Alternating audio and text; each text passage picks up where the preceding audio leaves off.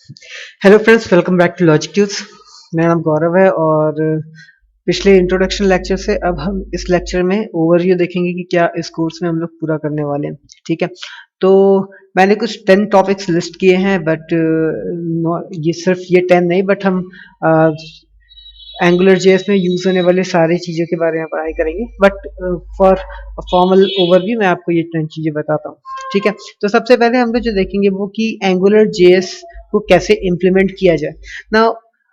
मैं आपको बता दूं कि एंगुलर जेएस जो है, एजेस जो है, वो कोई न्यू प्रोग्रामिंग लैंग्वेज नहीं है। ठीक है, ये क्या है? This is just a framework, JavaScript framework है।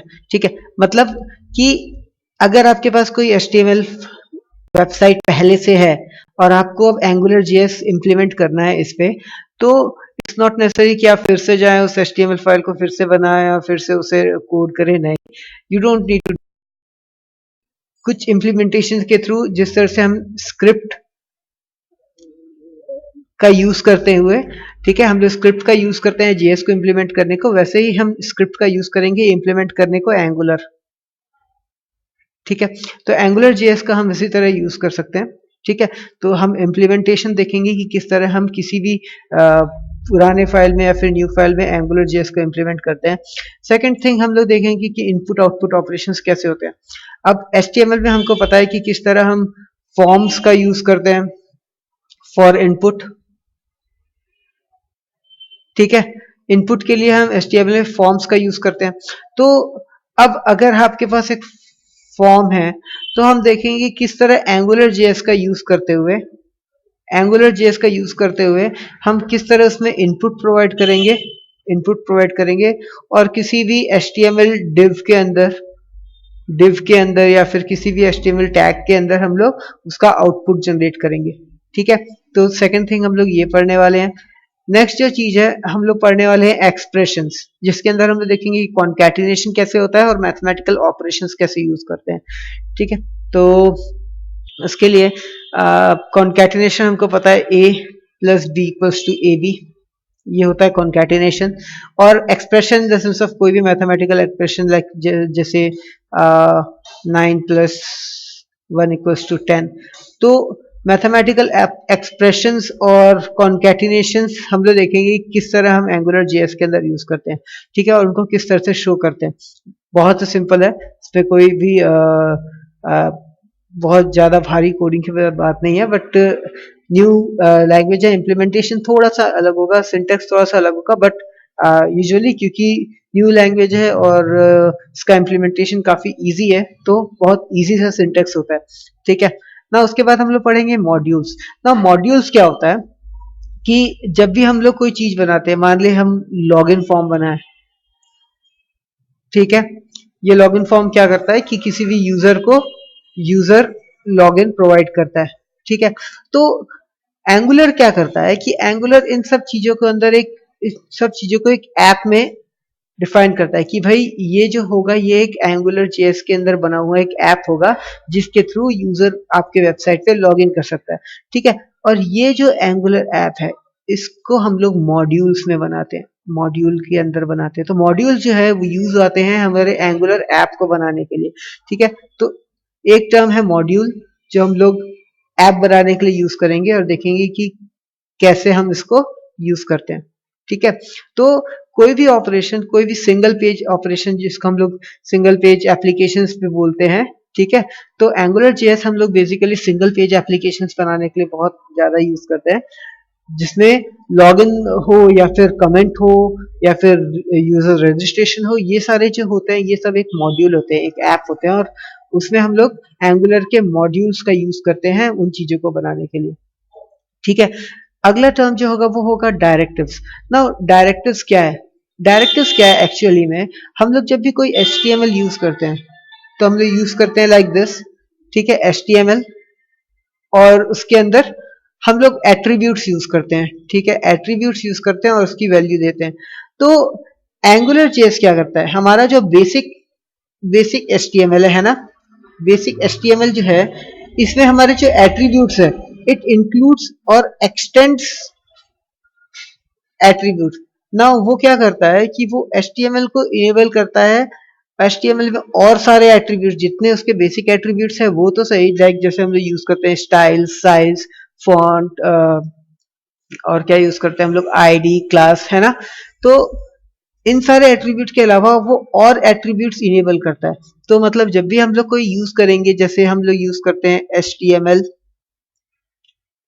ng मॉडल इक्वल्स टू कुछ भी लॉजिक, है ना। तो ये क्या किया, ये एक एंगुलर जेएस का लिखने का तरीका है।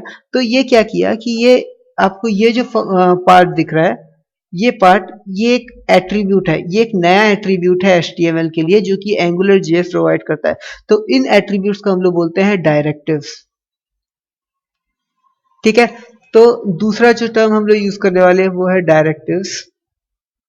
ये डायरेक्टिव एक्चुअली में क्या है, न्यू एट्रीब्यूट है HTML के लिए, ठीक है। अगला जो चीज हम लोग यूज करने जा रहे हैं वो है हमारे कंट्रोलर्स, ठीक है। तो कंट्रोलर्स का ओवरव्यू मैं देता हूं कि कंट्रोलर्स क्या होते हैं। Like new page, okay. हम लोगों ने एक ऐप बनाया, मान लीजिए एक मॉड्यूल बनाया, एक मॉड्यूल है न्यू एप्स से समथिंग, कुछ भी है ये ऐप कि आप इट सेज आपका नेम लेगा एंड रिटर्न करेगा आपको वेलकम, वेलकम विथ नेम, ठीक है। तो ये आपका एक मान लीजिए एक ऐप है, ठीक है। तो ये जो मॉड्यूल हमने बनाया है, ये जो जिस मॉड्यूल से हम लोगों ने ऐप बनाया है, इस मॉड्यूल को कंट्रोल करने के लिए हमें कंट्रोलर लगेंगे, ठीक है। तो इन मॉड्यूल्स को हम लोग अपने जेएस के अंदर, एंगुलर जेएस के स्क्रिप्ट के अंदर कंट्रोल करेंगे, ठीक है। तो इस चीजों को जो कंट्रोल करता है इनको हम बोलते हैं एंगुलर के कंट्रोलर्स। समझ में आया? मतलब आपने ऐप तो बनाया, अब इस ऐप के थ्रू आप क्या कर रहे हैं कि आप अपना नेम डाल रहे हैं और मैसेज प्लस नेम रिटर्न कर रहे हैं, ठीक है। तो ये जो मैसेज प्लस नेम रिटर्न होगा, तो ये मैसेज प्लस नेम जो है ये कंट्रोलर बनाएगा, ठीक है। तो कंट्रोलर जो है ये आपके मॉड्यूल को कंट्रोल करेगा, फिर आपको रिटर्न वैल्यू प्रोवाइड करेगा। तो इस तरह से किसका, एंगुलर का स्ट्रक्चर होता है, और इस तरह से हमारे एंगुलर और कंट्रोल मॉड्यूल और कंट्रोलर अंदर काम करते हैं, ठीक है। नेक्स्ट थिंग जो हम लोग देखेंगे अपने कोर्स के अंदर वो है data binding. Now data binding क्या होता है, देखिए डेटा बाइंडिंग क्या होता है कि आपने एक इनपुट प्रोवाइड किया, आपने एक इनपुट प्रोवाइड किया एंगुलर जेएस के थ्रू, एंगुलर जेएस के थ्रू, और अब उस एंगुलर जेएस के थ्रू कुछ भी, चाहे आप कंट्रोलर मॉड्यूल्स के थ्रू आपको एक व्यू प्रोवाइड होगा, है ना।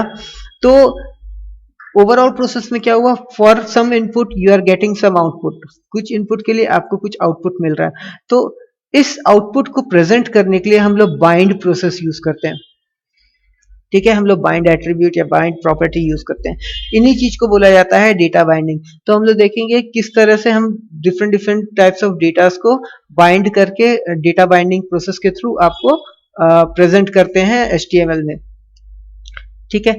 नेक्स्ट जो हमारा टॉपिक है वो होगा फिल्टर्स। ना फिल्टर्स क्या है, फिल्टर्स बहुत इंटरेस्टिंग चीज है एंगुलर जेएस के अंदर, क्योंकि हम लोग को पता है अब वेब सर्विसेज के अंदर बहुत सारी चीजें हम यूज करने लगते हैं, जैसे गूगल सर्विसेज हो गए, ठीक है। गूगल सर्विसेज हो गए, लोकेशन सर्विसेज हो गए, और क्या होता है, और मान लीजिए पिनअप सर्विस होगा, एक्सेट्रा, ठीक है। तो ऐसे सर्विसेज में क्या होता है कि सॉरी, ये सारे जो होते हैं ये सर्विसेज होते हैं हमारे एंगुलर के अंदर। मतलब एंगुलर हमें कुछ बिल्ट इन सर्विसेज प्रोवाइड करता है पहले से, ठीक है। तो हम डायरेक्टली उन्हें यूज कर सकते हैं, और ये आपके सर्विसेज के अंदर आते हैं, सॉरी। तो अब बात करते हैं फिल्टर्स के अंदर। फिल्टर्स क्या होते हैं, तो हमारे पास जो डेटा होता है ना, हम जानते हैं कि किस तरह हम HTML में डिफरेंट डिफरेंट टैग्स यूज करके, लाइक स्ट्रॉन्ग और like bold and different different tags use करके हम क्या करते हैं, डेटा को रिप्रेजेंट करते हैं, उसको फॉर्मेट करते हैं। तो हमारा जो फिल्टर्स होता है, फिल्टर किस लिए यूज होता है? फॉर्मेटिंग डेटा के लिए। तो इसी जिस तरह हम HTML के टैग्स यूज करते थे, हम लोग क्या करेंगे, हम लोग अपने एंगुलर जेएस की भी टैग्स, एंगुलर जेएस की भी एट्रीब्यूट्स यूज करके डेटा को फॉर्मेट करेंगे। ठीक है, फॉर्मेट डेटा। ये फिल्टर्स जो है ये आपके डेटाबेस के फंक्शंस में भी काम आएंगे कि जब आप सर्च करेंगे डेटा या फिर डिफरेंट टाइप्स ऑफ डेटा, जैसे मान लीजिए आप हम जावास्क्रिप्ट में बात करते हैं जेसन या फिर डॉम डेटा टाइप डेटा की, तो इन सब चीजों को फिल्टर करने के लिए हम लोग इन चीजों को फॉर्मेट करने के लिए, ठीक है, हम लोग क्या यूज करेंगे? फिल्टर्स का यूज करेंगे। ठीक है, नेक्स्ट सर्विसेज की बात हम लोग कर चुके हैं कि कुछ 30 सर्विसेज प्रोवाइड करता है एंगुलर जेएस बिल्ट इन। ठीक है, लाइक लोकेशन, जिससे आपके वेबसाइट का या फिर आपका पिनअप लोकेशन जो है वो पता चलता है। लास्टली हम लोग देखेंगे कि हम लोग एनिमेशंस किस तरह प्रोवाइड करते हैं। तो आजकल की वेबसाइट में आप देखते हैं कि HTML5 में जो लॉन्ग सिंगल पेज एप्लीकेशंस होते हैं, ठीक है, उसमें जब टेक्स्ट अपीयर होता है या फिर जब पेज लोड होता है तो क्या होता है, आपका टेक्स्ट जो है वो एनिमेटेड वो में इनसाइड आता है। ठीक है, तो लेफ्ट राइट या फिर अलग तरीके से। तो एंगुलर जेएस जो है ये आपके डेटास को कुछ बिल्ट इन एनिमेशंस प्रोवाइड करता है कि हम उनके एट्रीब्यूट्स, हम उनके फंक्शंस को यूज करके हम अपने टेक्स्ट को किस तरह से एनिमेट करके प्रेजेंट कर सकते हैं। तो ये सारे एनिमेशंस हम लोग देखेंगे किसमें? एंगुलर जेएस के अंदर। ठीक है, तो ये था एक बेसिक ओवरव्यू। इसके आगे भी हम लोग बहुत सारी चीजें पढ़ेंगे, जैसे कि हम पढ़ने वाले हैं किस तरह डेटाबेस कनेक्टिविटी करना है, किस तरह डेटाबेस से रिट्रीव करना है, फेच करना है, उनके थ्रू ऑपरेशंस करना है। ठीक है, किस तरह हमें अपने वेबसाइट के लिए एपीआईज बनाने हैं। तो बहुत सारी चीजें पढ़ने हैं अभी। ये जस्ट एक ओवरव्यू था, और नेक्स्ट क्लास से हम लोग चालू करेंगे इम्प्लीमेंट करना एंगुलर जेएस को और उस पर वर्क करना। ठीक है, तो इस क्लास में इतना ही है। नेक्स्ट क्लास में मिलते हैं और कुछ रियल टाइम कोडिंग करना शुरू करते हैं।